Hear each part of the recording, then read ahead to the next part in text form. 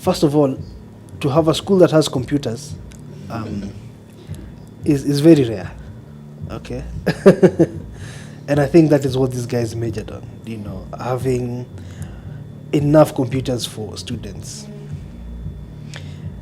That really helped me because I could experiment with many things. I could come, sit on the computer, and try out many different things. So that now I increase my knowledge. It was basically being allowed to fail.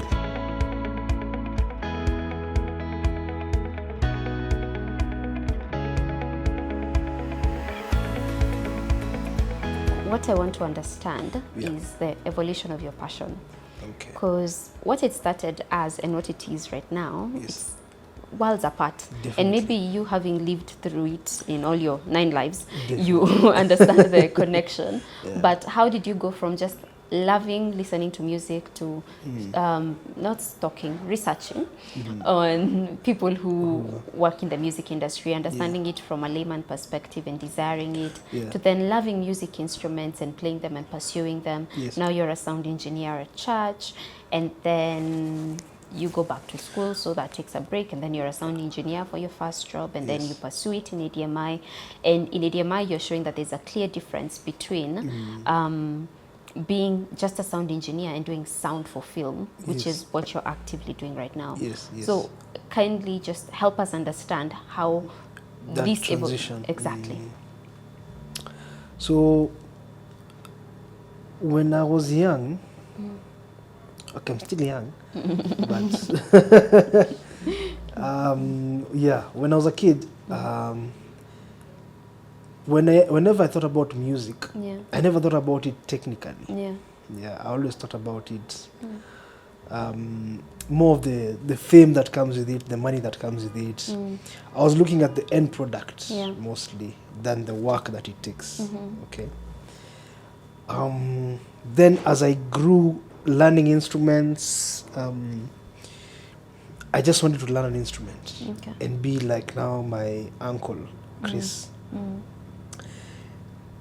That didn't work well as well because I didn't get time to play instruments. And that's how I transitioned into now wanting to become a DJ.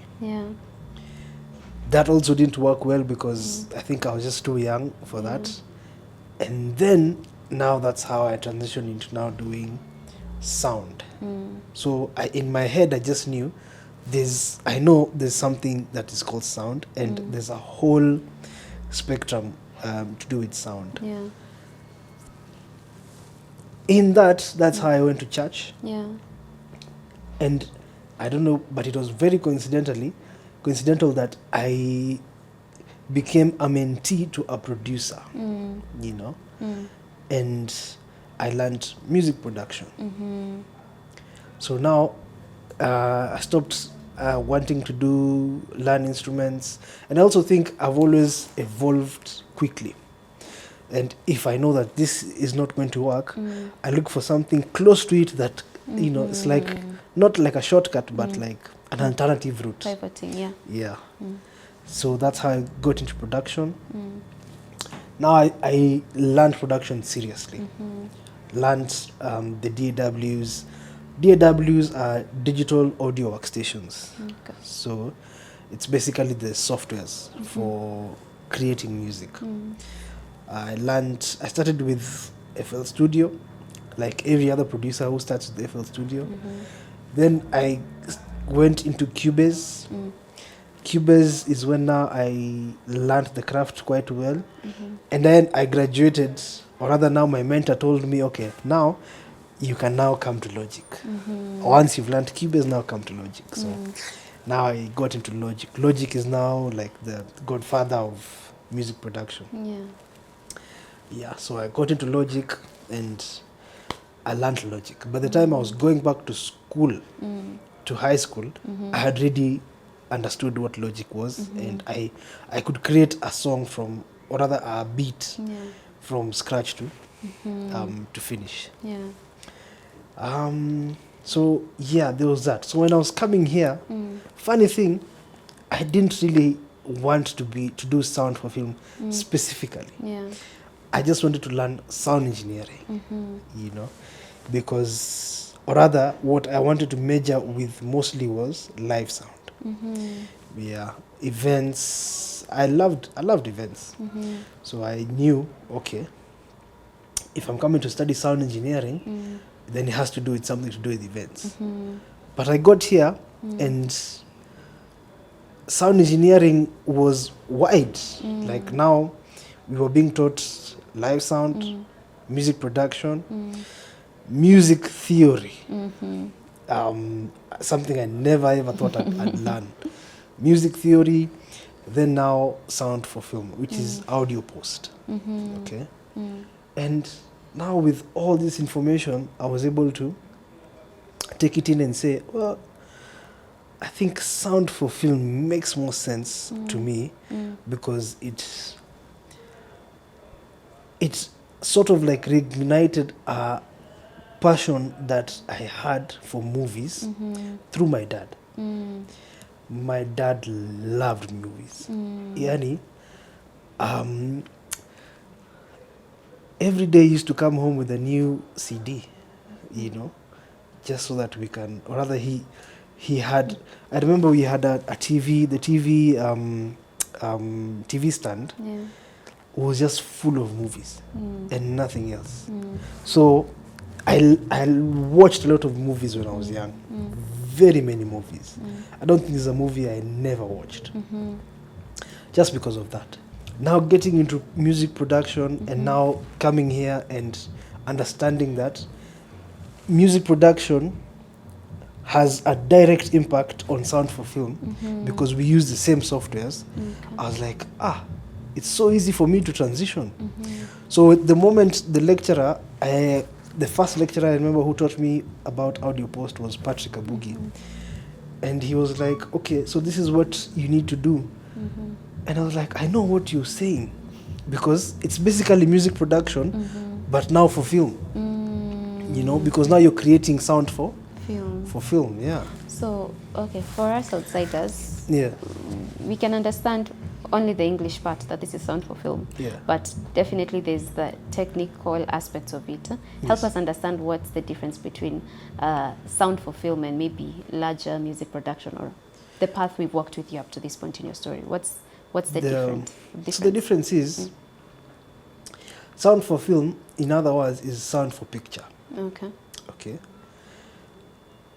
You know how, okay, there's an editor, right?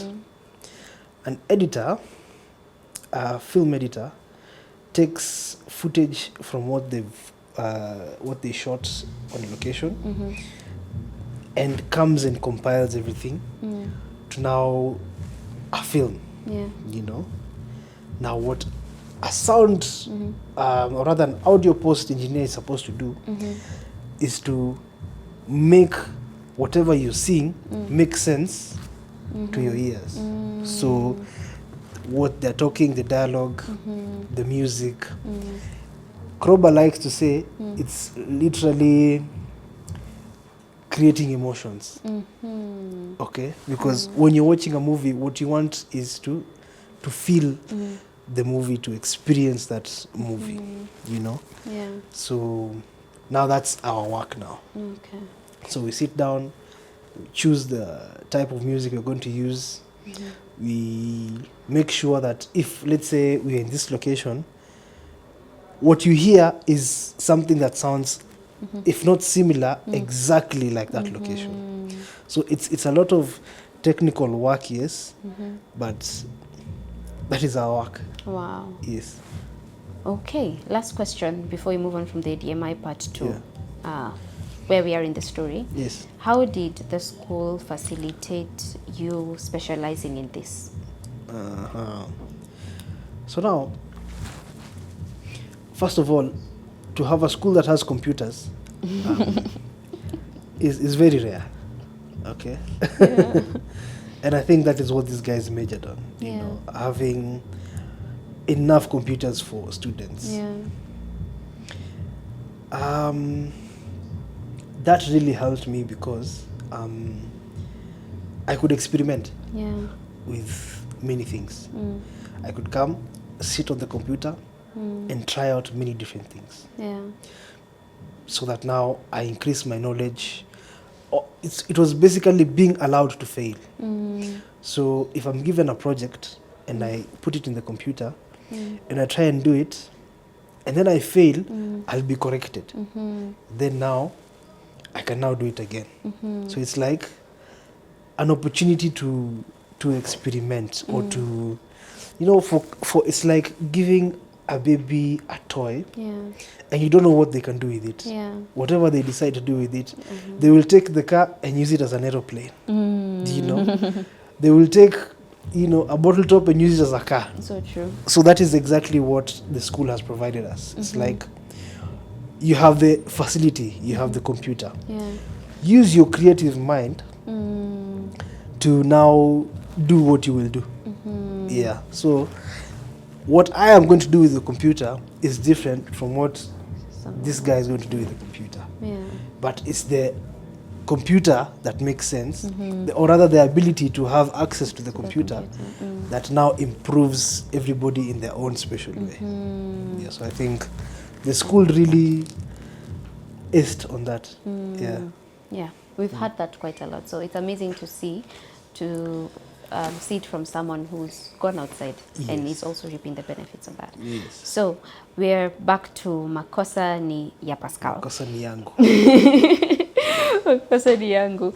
And you have also been contracted to work on this project. Yes.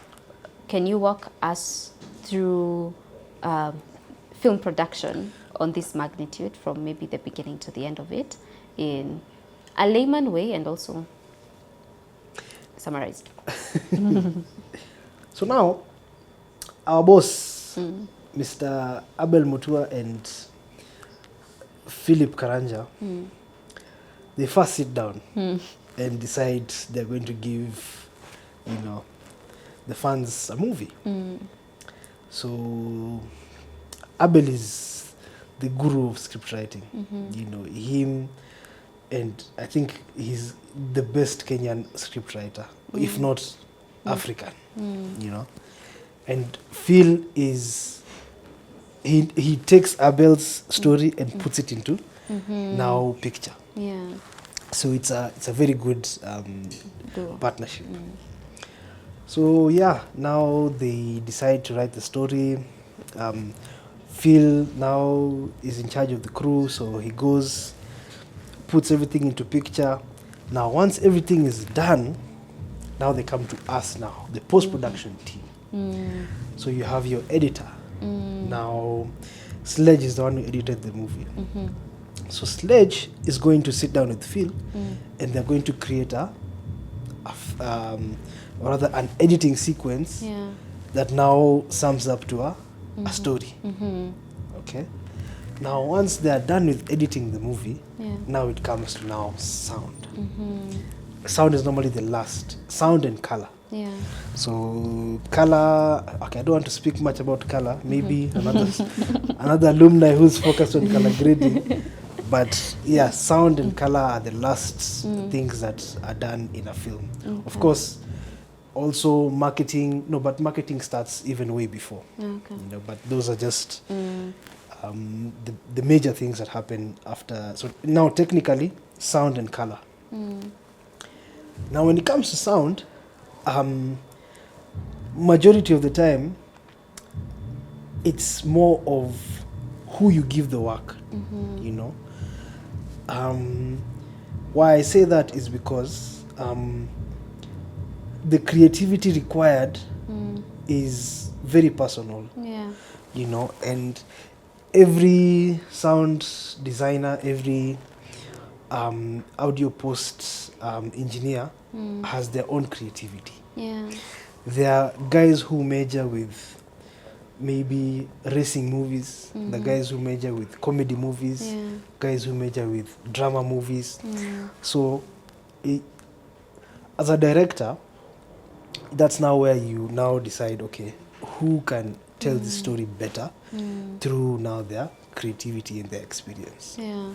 So now that's where now people like us are now contracted to do the job. So now in this case now Karanja, okay, because Karanja has a lot of experience, especially with drama movies. I mean, Karanja is the one who has done Zari. He's the one who is currently doing Lulu. There's a show called Reckless. He's the one who did it, or rather we did it. Antai Kantai. So I think also him became a very instrumental person to describe now the sound of Feel It and how Abel tells his story. So yeah, now when it gets to sound, of course, the first thing we normally do is to edit the dialogue, because dialogue is key. You know, dialogue is what we say the most important thing in film. Okay, unless it's a movie that has no sound, but dialogue, the story is based on the dialogue. So that is what we have to get in touch first. So that is common to everyone. Then now, the things that you will never notice but are normally there are things called sound effects. Sound effects are things you're not meant to notice, you're meant to feel. That's why now I was saying Kroba says it's creating emotions. When you put it that way, I remembered maybe that sound they play when things are about to get tense or honestly you don't notice them. You don't notice them, but you feel them. Yes. Yeah. So that is now the creative work, where now creativity now comes in, because you're supposed to create something that your audience will actually feel. So like now, even basic things like if you're recording me right now taking this glass of water, you should listen to it in the film. So we're supposed to look for that sound and now put it into the film. So everything is done after, because during the set the only thing they record is dialogue. Good point. The only thing they record is dialogue. But now when they come to post, we are supposed to add each and every single thing now. Music, sound effects, and now put them together. Wow. So that's how it was for Makosa Ni Yangu. So you were not necessarily involved in the work on ground in terms of like the set work, recording? I've never been involved in the work on ground. So you get you and, like you said, you and the color grading person, or yes. I don't know if it's color grading. Yes, color grading. Yes, the colorist. Colorist. Yes. You and the colorist person, you're the last to receive the file. The final edit, You're the one who's going to come up with like the final draft. Yes.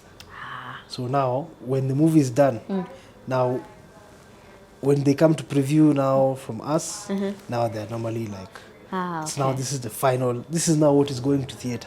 Okay, so there's no room for, if they don't like something, you guys can redo it. Now that's when now we adjust those things. But it's very to redo something very rare, because once they have the final, it's normally called the director's cut. Yes. Director's cut is like now the final picture. Yeah. Now then us now we do the final. Final mix. Yeah. So now the final mix now is what goes to. How long did it take you specifically for this project? A month. Wow. It took us a month. Yeah, but it's because I think we had a team. If Karanja was doing it alone, I don't know how long it would have taken. Yeah. Because it was a big project. Wow. It was a big project, yeah. Okay, so I think that does paint a good picture for us. So, coming to the end of Makosa Ni Yangu. Yeah. I attended the screening, by the way. Thank you for coming. Yeah, of course. I like to joke that when Philip was producing movies Kitambo, I was broke, but now I'm busy. So Makosa Ni Yangu is the only one I've watched. But I'll catch up. I promise I'll catch up. I'm such a serious ambassador for Kenyan films. There's another one coming very soon. Oh, trust me, I know. I've seen the reels. I've seen the reels and whatever, but I don't know the classified information. Yes. So, how did it feel seeing a project you've worked on the big screen? On the big screen. My dad came. I'm sorry. I quickly forget I'm interviewing and I react in real time. My dad came. I think that was the highlight Wow. of that day because we had come from far. Yeah. To finally now him actually coming to watch Yeah. something that I'd taken part in. Yeah. That was, I think now that's when I knew me and this guy are going to be buddies for the longest. So, yeah. That's such a wonderful moment. Yeah. Many things are happening in that auditorium. I was just complaining about the AC. So, Tulikuwa wengi. nakwambia. I think my next question was along this line, then you can answer our question. You said you'll answer Ukombele about how your family reacted to seeing this thing that you've been giving yourself to finally pay back. Yeah. Or pay off. So it started as a joke. Butita makes very funny shows. Shows that everybody watches. Yeah. You know? Yeah. And I'm sure if not 50% of the country, a big number of people watch his movies. Now the YouTube series. So that is now when I think family started realizing that, hey, kumbe this guy was serious. Yeah. Because whatever they are watching, whatever they like watching, I'm working on it. So they're watching the credits, they're seeing their Papa Billions, they're like, hey, this guy. So yeah, that was just the turning point where they're like, okay. So now they're even asking, so what's the next project you're working on? What are you doing next? So yeah, it was crazy. It was amazing. Yeah. Okay, back to the auditorium, seeing your name on the credits. Because I know you guys had to wait. That wasn't even crazy. Abel called us on stage. Yeah, he was like, no, everybody is going to say what they did. Yeah. Yeah. I was on screaming for you guys. Trust me, I was opposite front row, screaming my lungs off. Yeah, that was the crazy part. Wow. Because we didn't expect that. Wow. But the whole crew was there. The whole post-production team, everyone was there. Wow. And we had to say our names in front of 6,000 people. Hey, that was crazy. That's amazing. So you end 2024 on such a high. On such a high note. How is 2025? No, I didn't. Wait. Wait, we're not done. Bado tujamaliza 2024. So end of 2024. Last week, Abel gives me a call again. He's like, okay, now I've seen your work. I want you to join my team for Mkurugenzi Stories. Another reason for you to wait for the next episode. And this is just your subscription checkpoint. Have you subscribed? Have you liked? Have you commented? You've not even laughed at our jokes and the way we are trying, guys. This is where your passion becomes a profession. This is where dreams come true. This is ADMI. See you on the next one.